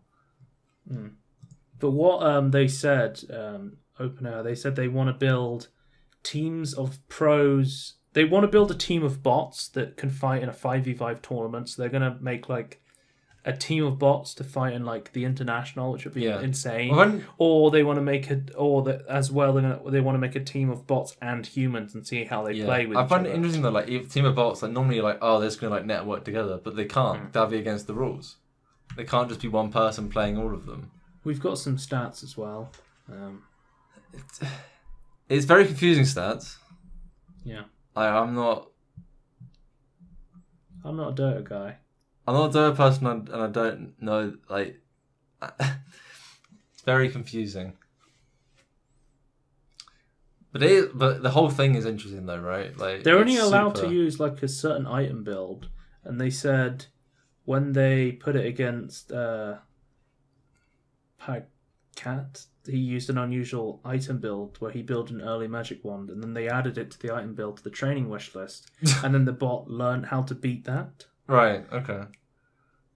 So they're like putting it against a bunch of pros, and they're doing these unusual things, and they go, well, let's just have him do that over and over again, and then he'll figure out how to beat it. He's like the ultimate think- counter. This is kind of insane. But did you think as well that this like could like find like imbalance issues in your game? Like Yeah, you can go, for sure. because it's always trying to beat itself, and eventually it's going to get to a point of I think this always beats this, and like the developers can go, I don't want that to always happen. the most interesting thing I find is that teams could start using this if they had access to this technology and goes, I can't beat this guy. He does this really unusual tactic. Yeah. I don't know how to beat it. You get this bot to play against that tactic over and over again, the AI, and he goes, oh, you do this. This is how you beat it. Because it has. And then they can use these resources to improve their team and their gameplay and stuff. This is super interesting. I really want to see how far this kind of Dota stuff goes. Will be really interesting as well as like how it's going to like communicate with each other. Like if they get like a team of 5, and that'd be really interesting. Is it 5? Or is it 6? It's 5 Okay. in Dota, 6 in Overwatch. Right. Okay. Anyway, next topic. So Borderlands also made a card game, but was massively overshadowed because Dota 2 was like, we made a card game. And also, To be fair, it doesn't make any sense that Borderlands has a card game. And Gearbox is also making a 1v1 competitive shooter as well, which is kind of confusing as well. Yeah. Called Project 1v1. So the team responsible for Borderlands, and they've said Battleborn, but I don't think you want to remind anyone about Battleborn. Is working on a 1v1 shooter, which is also somehow a collectible card game. The top secret project, dubbed for of the time being Project 1v1, was revealed via the official website, rendering it immediately no longer top secret. That's some good writing. Rendering it no longer top secret. It combines the action. Wow. Wait, these are the same. I thought they were making a 1v1 competitive shooter and a card game, but apparently I thought it was the same. It's a 1v1 first-person combat game with the metagame strategy of a card game. Yeah, that's what really combining confused them. me. I was so confused, and I just thought it was really meh. Looking at obviously it's not my thing at all, but I just thought it was really boring looking and watching it. But I guess it is an interesting premise though. So apparently, there's a closed technical test scheduled to happen this summer, winter in Australia, which can currently be signed up for.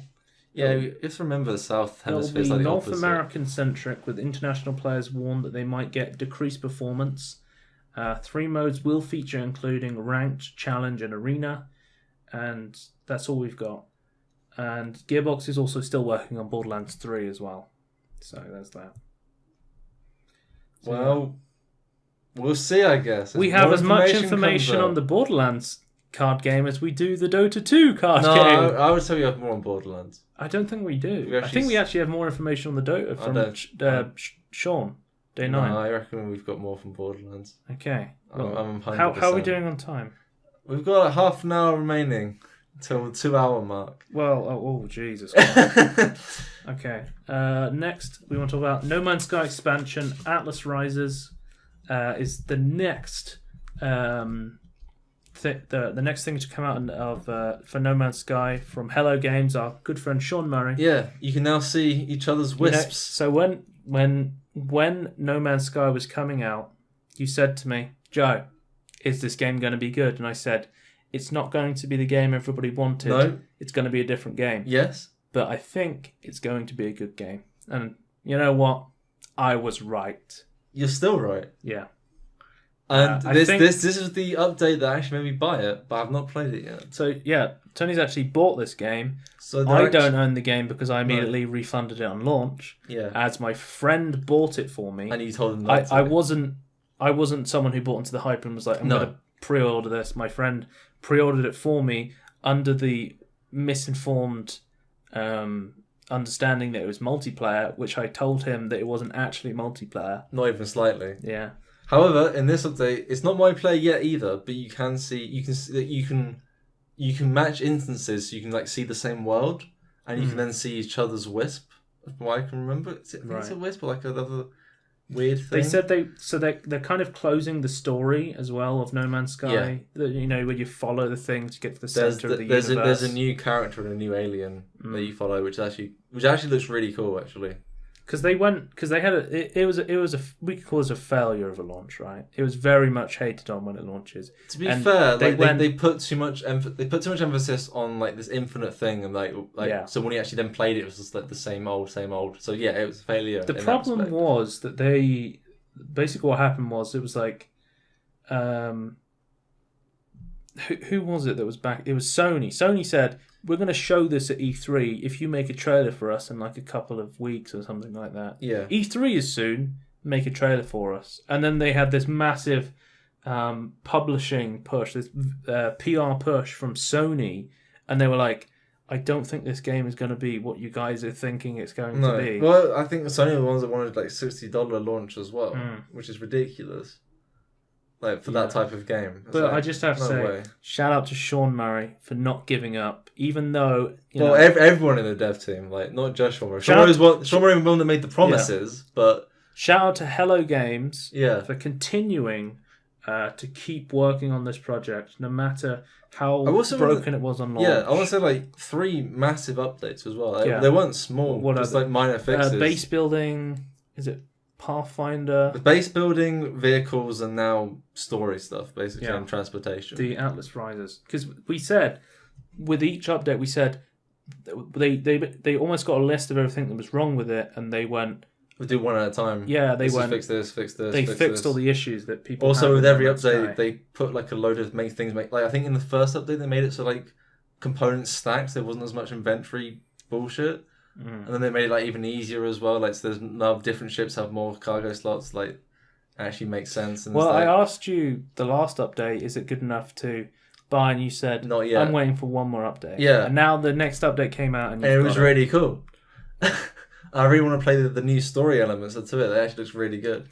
I think we just have to talk about Twitch and then finish this off. So I don't think we have even enough time. We had to cut a lot that we planned originally anyway. Because there was so much fucking news, right? Yeah. And literally Gamescom is in like a week or so. Yeah, we're fucked. So I've cut so much up for next week, and I'm already like halfway through this week's, and I'm already like, fuck, we're running out of time. So there's not going to be a Toby's Wish List this week or next week, or probably 2 not. weeks rather. So Twitch has declared war on Discord. So I can talk about Discord now because I want to talk about that before we end. I have access to the video chat and screen sharing. Would you call it war though? Yeah. Twitch is definitely one of the direct competitors. I understand that. Definitely direct competitive. I wouldn't call it like, it's not a war zone yet. It's like a cold war. They have heavily... It's like an arms race. It's like a cold war. They have a heavy advantage when it comes to influencers. Yeah. They directly, have a platform of influencers, people like Soda Pop and like that are sponsored by Twitch and their platform. People are sponsored by Twitch and Discord these days, so it's kind of confusing. But they were just like, "Hey, we made video chat. It exists now. Discord hasn't released theirs yet. Maybe you should use Twitch instead." They were trying to push it out before Discord to kind of like undercut them basically in the race. However, Discord has started testing with now it's 10% of the player. I was going to say player base like it was a game. User base of Discord. Originally it was 5%. I was in the original 5% because I am a Discord Hype Squad member. Hype. So because they said they give you a nice badge on your profile if you signed up, and I was like, why not? I want a badge on my Discord profile. I think I might be in the 10% now because I got like an update that wasn't. Yeah. And actually told me what was going on. So I assume I'm in the 10%. I think it might give that to everyone. If you have, if you can video call someone, you're in it. So that's what it told me the update was. No, but if you actually go into if you go into a DM and you have the video call icon, then you have access to it. Okay. Anyway, so they went from 5% to 10%, and if you have Discord Nitro, you get instant access to the beta as well. So if you have Discord Nitro, you have this. If you want to get it, they you pay can money get Discord for Nitro. it. So I've tested this out a lot. I did find one bug, which was that when I was video chatting or screen sharing, sometimes one person couldn't be heard. That's a big bug. And they would have to leave and come back. And it happened several times. It happened quite reliably, actually. Yeah. I also have another complaint. I also experienced it in a solo video call one as well. Okay. So there's definitely a big bug there. I also have a complaint as well as a bug. you can't turn off like from your side like to not see them streaming because it does eat a lot of bandwidth. Close your eyes. Close your internet. Don't talk to them. Yeah. Close your eyes. I actually honestly think that needs to be an option because like it honestly takes up like a huge amount of bandwidth to be able to see that sort of thing. It's basically watching a stream. And I feel like some people won't be able to manage that, but other people in the chat would be able to manage that. I feel like it needs to be from the person receiving going like, no, I don't want to receive that information. Apart from that very early testing of video chat for a company that's never had video chat. For early testing, it's ridiculously good. It was fantastic. Yeah. Video calls with full HD. I think I tested up to about 3 people personally. I didn't go up to 10, which they said was the maximum. So I didn't fully stress test it as I could because I don't think I could get 10 friends with, video call in one group because I need more friends with webcams. And 5% isn't that many people either. Well, as soon as you call them, they can turn on their webcam. No, that's true. Yeah, that's true. Yeah. Because like I went into a call with my friend Anton, who's playing Hearthstone, and I'm going like, "Oh, can you share your screen?" Because the one thing they don't allow you to do in Hearthstone is spectate arena draft. So he could share his screen. And I could see the arena cards and I can say which cards I like to help him. Yeah. But he couldn't share his screen until I started sharing my screen or I started a video call. Because I have access to it. So he can't, So you have to be the one to mediate be the host, I'm basically. like, it's the host that has access to this video call and stuff. And if the host has everyone else has access to it as well after that. So from what I've seen of screen sharing, I showed it to you. I was playing like World of Warcraft while I was screen sharing. And it was actually and you said it was very good quality with almost no latency like no, the latency was tiny. Like you typed in ping into like the chat, and then you said it at the same time you said it, and it's like half a second at the very most, like at the worst time. Yeah, I think it was definitely better quality and less latency than Skype. Oh yeah, Skype, better, which is the only screen sharing service I can really compare it to. Because I know I don't think Twitch has screen sharing yet, right? They just released video chat. Yeah, I don't know. Video chat, we did briefly test out the video chat. We mainly looked at the screen sharing, but that was actually pretty good as well. Like you moved as you spoke from my side, so that it's at least matching up with the lag from voice to video. And we tested picture on picture as well. Yeah, but it only works on Discord. So if you go into a different Discord server, you can still get a tiny picture on picture screen sharing / video call.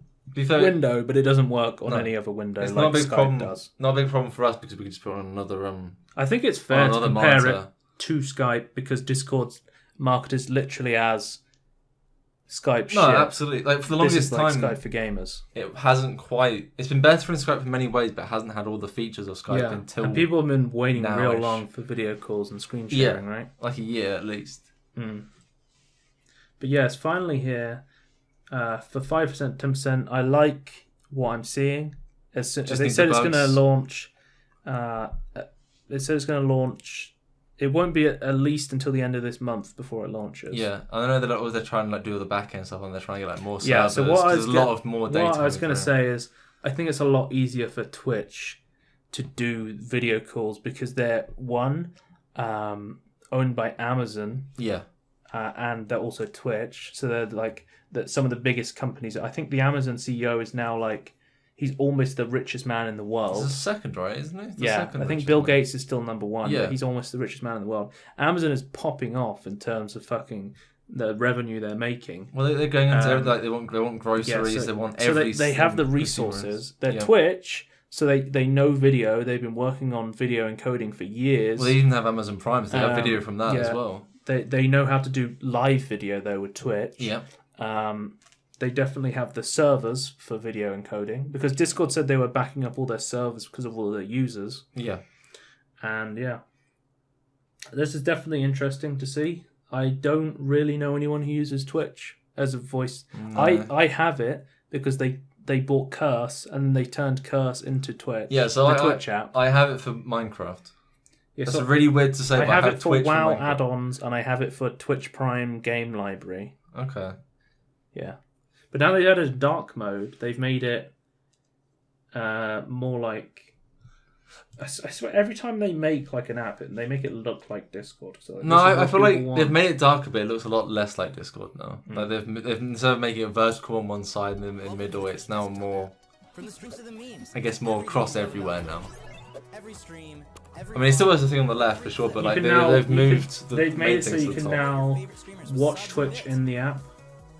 Yeah, I feel like in the end though, like Twitch is always gonna have something better than Discord in the sense that you can interact with Twitch and Discord won't be able to. I think no one's going to use the Twitch app until they implement some sort of better Twitch TV Yeah, feature into it. I think I don't know. I still prefer Discord. I don't like Twitch app that much. No, I don't really see any point to using it. No. Other than the fact... Also, I feel like Twitch app is like more intensive than Discord to run. Like I can't be entirely sure on that. We can't say that without testing. No, absolutely. I haven't done like proper I don't tests and wanna like comparisons, but I feel like be that's fake the news. case. No, it's not news at all. It's just a feeling. Right, so it's going to be really interesting to see how this race between Twitch, Discord, and if Skype, because Skype definitely... Skype's dead. No. Skype's definitely still alive because it definitely has the older people or the more general thing. So Discord's marketing itself as a service for gamers. Yeah. People definitely still use Skype. There's definitely like, your parents or your grandparents and stuff are still going to use Skype. But how much money do you think they're going to? The average person is still going to is still not going to know what Discord is, and is going to use Skype, or even they're probably going to use Facebook. But Facebook has video chat as well. Yeah, but which I have used and it's okay. It's not great. Everyone that says like, "Oh, I use Skype," I always like drop the Discord. Oh, have you seen Discord though? So I am trying to spread it myself as well. That people don't use it. I've been spreading it for a while now. It's been like start of pretty much the start. Yeah, I basically moved like three sets of people from Skype to their respective Discord servers before the podcast was even born. Yeah, you're moving people to Discord. Yeah, the podcast started on Discord. Yeah, yeah, it was on the server. We've always used Discord. Yep. Discord partners, please give it to us. Make us Discord partners. It'd be cool if we got given just to sponsor Discord. Well, we literally used Discord to record the podcast. Yeah, we did for ages. Yeah. No, we don't now because we record it. When we don't do it live, we use Discord. Yeah, is what you're saying. Yeah, that's absolutely true. I don't know. It'd be cool if we could sponsor. Well, I don't think we need that much money. Not that we would be showing out to anyone, but Anyway, yeah. So at the moment, Skype has screen sharing video chat. It has the user base already. Yes. Twitch has video chat working and good. It doesn't have screen sharing. Doesn't have as much as a user base as Discord in terms of people using the Twitch app. There's definitely people with Twitch accounts who can easily activate it. Oh yeah, we both have the Twitch app installed and we have accounts, but we don't use it. We have it for different reasons. Yeah. And Discord definitely has the user base now.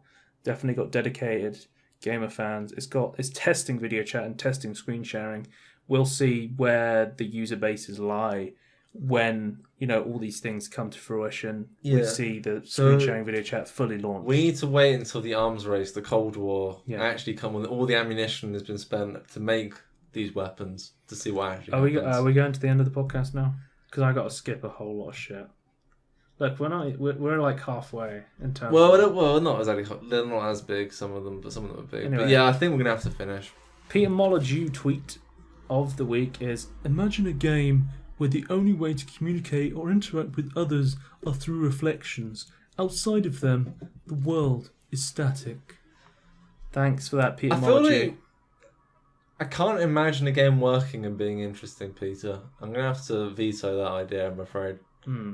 Well, I think the idea of Peter Molydeux tweets is there are a bunch of shit that no one. No. Some of them are fantastic. Okay. You can't beat them, but some of them. I like that Peter Molyneux follows Peter Molydeux. It gets you every time, the official Twitter account follows the fake news one. Actually, what's Peter Molyneux's picture now? It's him in the Goddess, right? Oh, okay. As a builder. Yeah. He's a peon. Yeah. So you can catch us vid.me/inbetweenpodcast. You can catch us YouTube, Everything In Between Podcast.